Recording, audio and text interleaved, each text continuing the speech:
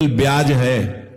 मूल तो जो बड़ी जेल है ना अनंत ब्रह्मांडों की, नरक जिसे कहते हैं, वहां मिलता है।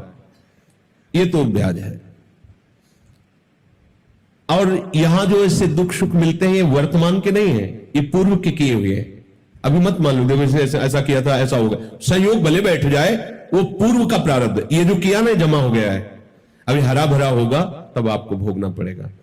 यहां है कि आपने निषिद्ध कर्म किया, पिटाई हुई, बंद कर दिए गए, 10 साल मुकदमा चला, फिर सजा सुनाई गई। यहां भी तो ना ऐसे ही वो पिटाई जो हुई थी वो ब्याज की है, वो अभी न्यायाधीश के द्वारा दी हुई नहीं है दंड विधान, वो ब्याज है। मूल तो अब मुकदमा चलेगा, वकालत होगी, फिर तुम्हें दंड विधान दिया जाएगा, 20 साल सजा या फांसी की सजा जो। अच्छा यहां फांसी की सजा हुई तो गए मुक्त, कम से कम शरीर से तो छूट गए।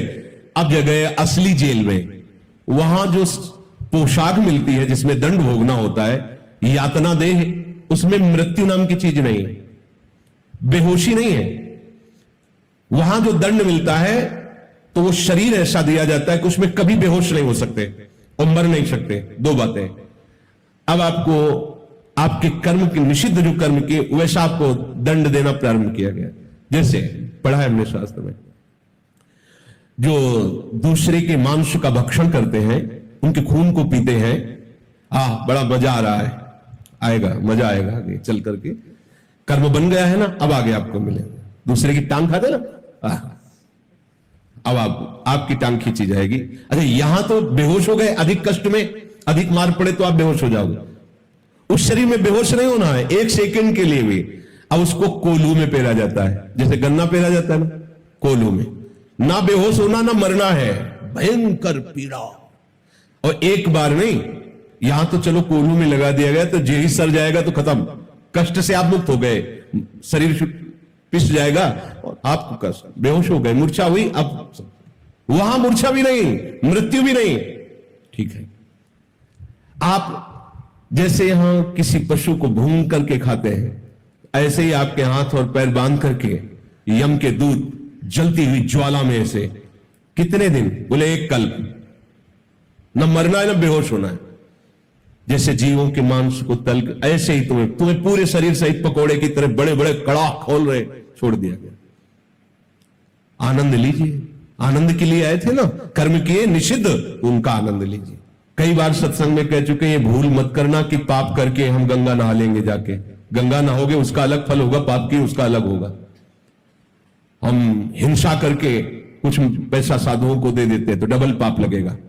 हिंसा का पाप, साधु की बुद्धि भ्रष्ट करने का पाप, स्वयं तो धर्म रहित और उसको भी धर्म रहित करने का तुम्हें पाप लगेगा। पुण्य का तो कोई सवाल ही नहीं, पाप से किसी का पुण्य बनता है क्या? ये भूल छोड़ दो। जहां ऐसा उपदेश होता हो कि ब्लैक को व्हाइट कर दिया जाता है तो अलग कोई संस्थान होंगे। हमारे धर्मशास्त्र कभी ऐसा नहीं कहते कि पाप का फल पुण्य होता। कभी कीचड़ से हाथ धोने से हाथ पवित्र हो जाते हैं क्या? कोई पापाचरण करके, निषिद्ध कर्म करके कहीं ऐसा हो सकता है क्या? बोले अपराध बन गया, पाप बन गया, बोले चलो वृंदावन साधुओं का भंडारा कर देना, होश में रहना। वहां तो वो पाप बना, यहां आके साधुओं की बुद्धि भ्रष्ट करने का पाप बना। इसको कहां निपटाओगे? ये जो संत महात्माओं के लिए तुम पाप करके, जो अपनी पाप की निवृत्ति के लिए, पाप बोझा धोने के लिए संतों को तुम देने आए, उसका पाप कौन भोगेगा? ऐसे नहीं है कि दान वही माना जाता है जो धर्म के द्वारा कमाया गया और फिर उसे किसी संत सेवा में लगाया जाए, वो दान माना। इसे दान नहीं कहते, इसे अपराध कहते, इसे पाप प्रवृत्ति कहते। लोगों को भ्रम में डाला जाता है, तुम कुछ भी करो, संत सेवा कर दो, ये कर दो, तुम निष्पाप हो, भूल में मत रहना। ऐसे है, इधर जो शुभ करोगे वो उसका हिसाब, अशुभ करोगे उसका हिसाब। भगवान कह रहे नियतम कुरु कर्म। कितना घृणित पाप करवा देता है मन, कैसे कैसे दुष्कर्म करवा रहा है। देख लो, आप हृदय में देखो, प्रभु के जब शरण में नहीं होते हो, प्रभु का सुमिरन नहीं करते होते हो, तो कैसे कैसे पाप करवाता रहता है। अपने ही द्वारा सुरक्षित जनों को वो शोषण करता है, ऐसे घृणित पाप करता है जिनका कहीं भी क्षमा शब्द नहीं उसके लिए, ऐसे पाप कर देता। उनकी क्या व्याख्या करें? इसलिए निषिद्ध कर्म भूल के मत करना, नहीं केवल केवल भोगना होगा, तड़पना होगा, कोई उपाय बचने का नहीं होता है। हे अर्जुन, तुम्हें शास्त्र विधि से ही कर्म करना चाहिए। अत्यंत आवश्यक है सबको स्वाध्याय करना, चाहे कोई भी हो। जब तक संतवाणी का श्रवण, शास्त्रों का स्वाध्याय नहीं करता, तो उसमें वो ज्ञान जागृत नहीं होता कि मुझे क्या करना चाहिए, क्या नहीं करना चाहिए। पशुओं जैसा जीवन लोगों का होता जा रहा है। ये देख रहे हैं कि कितना प्रचंड समय आगे आता चला जा रहा है। आप देख लो, आप धर्म को छोड़ रहे हो तो धर्म तुम्हारी सुविधाओं को रौंद रहा है। आज वृंदावन में आप परिक्रमा लगाएं, प्यासे हो तो जेब में पैसा हो तो प्यास बुझा सकते हैं, नहीं पानी नहीं है, ना कोई कुआं है, ना कोई ऐसी हैंडपैप आदि की सुविधाएं रह गई कि आप पानी पी सकें। देखो प्रकृति कैसा दंड दे रही है। आप धर्म के साथ खिलवाड़ कर रहे हैं।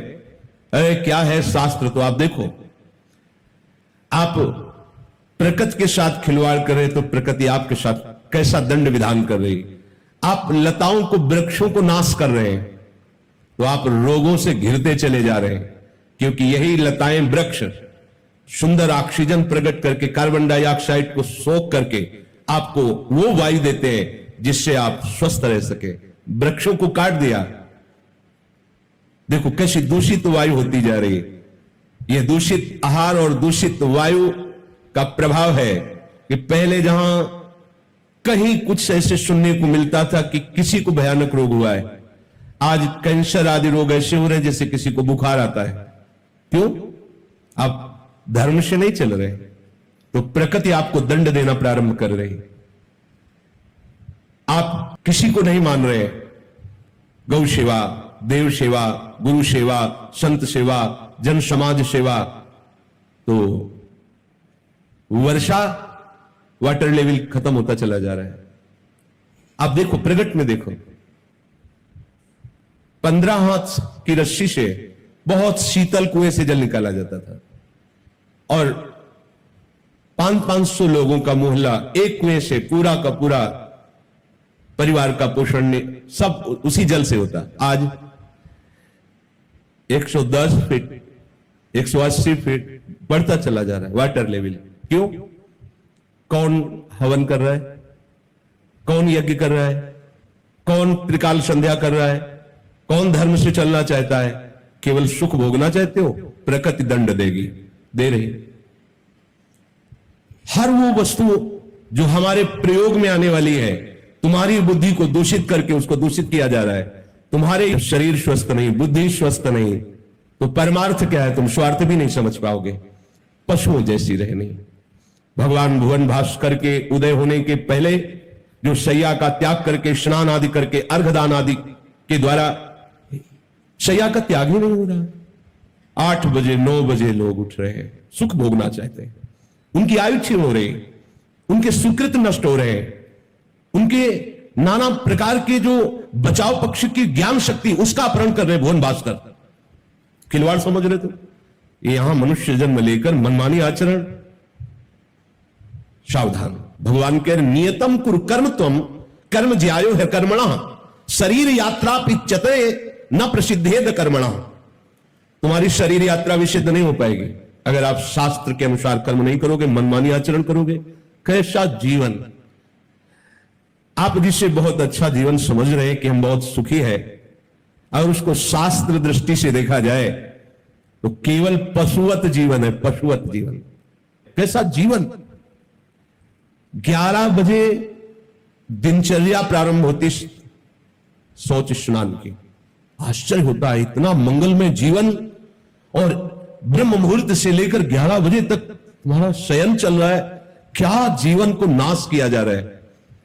प्रातःकालीन वेला पर कोई उठकर संध्या वंदन, भजन साधन, स्वयं भगवान प्रातः काल उठ के रघुनाथा मातु पिता गुरु ना वही माथा सबको प्रणाम करके अपनी दिनचर्या स्वयं प्रभु करते थे। संध्या वंदन आदि, जैसे शास्त्रों में वैदिक सिद्धांत में संध्या वंदन आदि, तो अपने मंगलावन विहार आदि, वो तो शास्त्र सम्मत। और ये वेदातीत प्रेम रस, वहां देवी शक्तियों की संधि और यहां प्रिया प्रीतम की संधि, और उनकी संधि शक्ति सहचरियां, ये तो अद्भुत। 18-20 वर्ष की अवस्था है, ब्लड प्रेशर हाई लो। 25-30 वर्ष की अवस्था, 400 शुगर, 500 शुगर। क्या जीवन रह गया है? ये क्यों हो रहा है? न देव आराधन है, न धर्म का पालन है, न शास्त्र स्वाध्याय है। जब शास्त्रीय स्वाध्याय नहीं, संत संग नहीं, तो आपको पता ही नहीं कि मुझे क्या करना चाहिए, क्या नहीं करना चाहिए। शास्त्रों में विहित तथा नियत दो प्रकार के कर्मों की आज्ञा की गई है। विहित कर्म का तात्पर्य है सामान्य रूप से शास्त्रों में बताया हुआ आज्ञा रूप कर्म, जैसे व्रत करना, उपवास करना, संध्या बंदन। ये विहित कर्मों को संपूर्ण रूप से करना एक व्यक्ति के लिए कठिन है, परंतु निषिद्ध कर्मों का त्याग करना सबको अत्यंत आवश्यक है।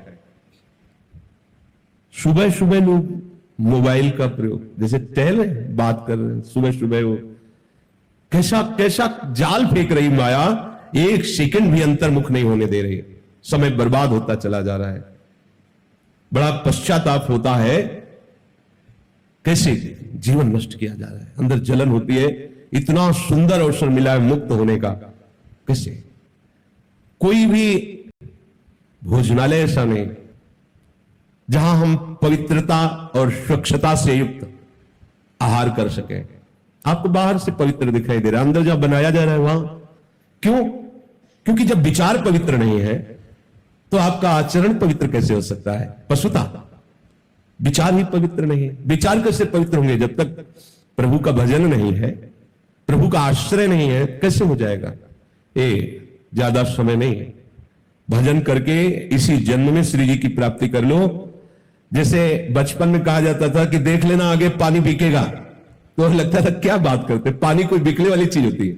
आज वो दिखाई दे रहा है, ऐसे आगे देख लेना, जीना मुश्किल हो जाएगा। जैसे आज पानी बिक रहा है, ऐसे तुम ऑक्सीजन से जियोगे, तुम्हें शुद्ध वायु नहीं मिलेगी, शुद्ध भोजन नहीं मिलेगा, जियोगे कैसे? ये प्रकृति तुम्हें दंड देगी, जलाएगी, सब रसमयी चीजों को प्रकृति सोख लेगी। ऐसे वृक्ष नष्ट हो जाएंगे जिनमें रसमय, बलमय और जीवनी शक्ति छुपी, सब गुप्त होते चले। आम के बगीचे बड़े बड़े सब सूख रहे हैं। क्या हो रहा है? आप समझते हैं कि हम मनमानी आचरण कर लेंगे और मौज से रह लेंगे? नहीं, ये प्रकृति आपको दंड दे देगी, प्रकृति आपको चैन से नहीं जीने देगी। भगवान व्यासदेव जी ने कहा कि पहले की मैं एक तुम्हें घटना सुना